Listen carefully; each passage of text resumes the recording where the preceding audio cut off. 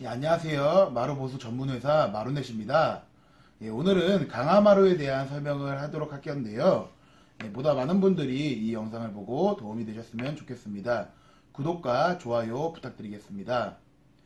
예, 강화마루는 목재에서 섬유질을 분리해서 채취하여 방수수질을 첨가한 뒤 고온, 고압으로 압축시킨 HDF를 바탕재로 하고 표면은 HPL 또는 LPL로 강화 처리한 제품입니다. 강화마루는 다른 마루와 달리 본드식 시공을 하지 않고 시멘트 위에 폴리에틸렌 폼이라는 방수포를 깔고 강화마루를 조립하여 시공하게 됩니다. 여기서 P폼은 이게 바로 P폼인데요. 방습 및 바닥의 평활 밸런스를 잡아주는 역할을 하게 됩니다. 강화마루는 압축 성형한 마루여서 찍힘에는 강하지만 습기에는 제일 취약한 마루이기도 합니다. 특징으로는 다른 마루에 비해서 보행감이 떨어지고 소리가 나는 것이 특징입니다. 아무래도 PE폼을 깔고 시멘트 위에 PE폼을 깔고 이 위에 강화마루를 시공하다 보니까 이렇게 퉁퉁퉁퉁 빈 소리가 나기도 하며 이제 걸을 때마다 이렇게 이제 빈 것 같은 보행감이 좀 떨어지기도 합니다. 통상 규격은 이게 바로 소폭 사이즈인데 소폭은 9cm, 밑에 있는 게 중폭 사이즈인데 중폭은 보통 12cm, 이게 광폭 사이즈인데 광폭은 보통 19cm 정도이며 길이는 회사에 따라서 제각각 다릅니다. 다른 마루보다 규격이 다양하고 색상 또한 다양한 것이 특징입니다. 장점을 살펴보도록 하겠습니다. 장점은 원목마루와 온돌마루에 비해 표면 강도 및 내구성이 좋아 하이힐이나 가구 그리고 의자바퀴에 대한 충격이 강합니다. 강화마루라는 이름에 걸맞게 표면이 단단한 것이 특징입니다. 실제로 강화마루가 시중에 처음 나왔을 때는 아이들 있는 집에 찍힘이 많으니까 찍힘에 강한 마루라고 해서 영업하시는 분들이 팔기도 하였습니다. 다음은 다양한 색상과 연출이 가능합니다. 섬유질을 분리해서 압축 성형시킨 마루이기 때문에 아무래도 색상과 무늬에 대해서 다른 마루에 비해서 이렇게 다양하고 비교적 자유로운 편입니다. 다음은 다른 마루에 비해서 저렴한 마루입니다. 자재 비용도 그렇고 부자재 그리고 다른 마루에 비해서 시공 비용이 저렴한 편입니다. 네이버나 다른 포털 사이트에서 광고 하시는 걸 보면은 이제 누구나 쉽게 시공할 수 있는 DIY 마루라고 해서 강화마루를 이렇게 판매하게 되는데요. 그렇게 이제 시공 방법이 굉장히 쉬운 마루여서 시공 비용이 저렴한 편에 속합니다. 그러면은 단점은 무엇이 있을까요?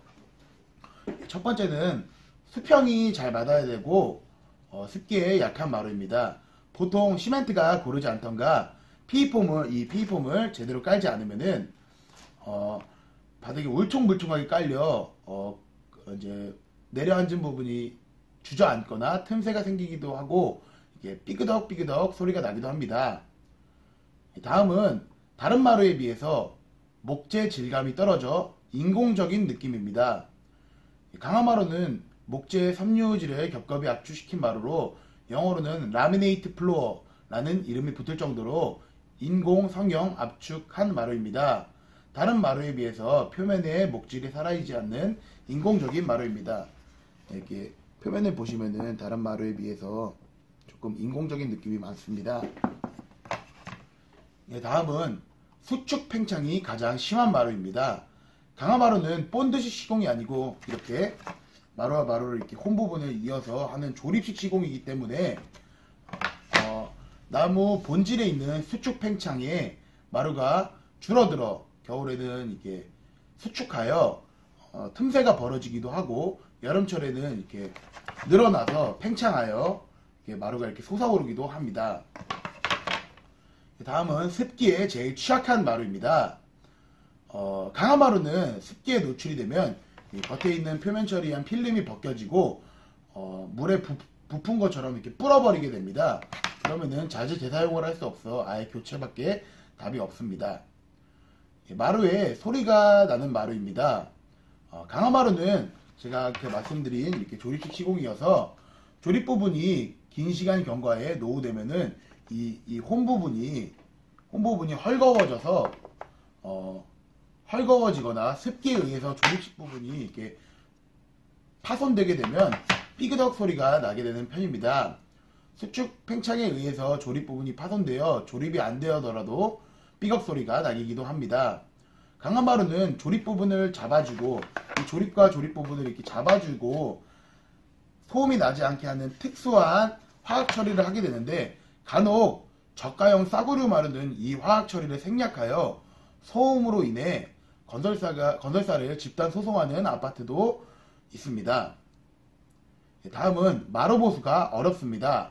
강화마루는 이렇게 조립식 시공이기 때문에 거실 중간에 손상 부분이 있으면은 베란다나 벽면서부터 조립 부분까지 이렇게 쭉 나가서 이 조립 부분을 보수를 보아야 합니다. 또한 한 장 한 장 교체가 가능한 온돌마루와 원목마루와 다르게 규격이 맞아야 진행할 수 있는데, 온돌마루와 강마루와는 달리 생산 연월에 따라 규격도 다르고 색상의 패턴도 차이가 많이 납니다. 강화마루는 1mm만 달라도 이 마루 사이에 틈이 생겨서 한 장 한 장 자재 교체가 불가합니다. 그래서 보통은 일자 시공, 세로로 되어 있는 긴 부분으로 이렇게 일자 시공을 쭉 나가거나, 아니면은 방에 있는 자재를 가지고 와서 이쪽 부분을 보수를 보고 방을 새롭게 까는 형태로 보수를 진행하게 됩니다.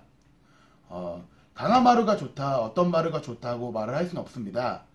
각 마루마다 장점이 모두 다르며 최고의 바닥재라는 건 없습니다. 모든 건 소비자분의 기호의 차이입니다.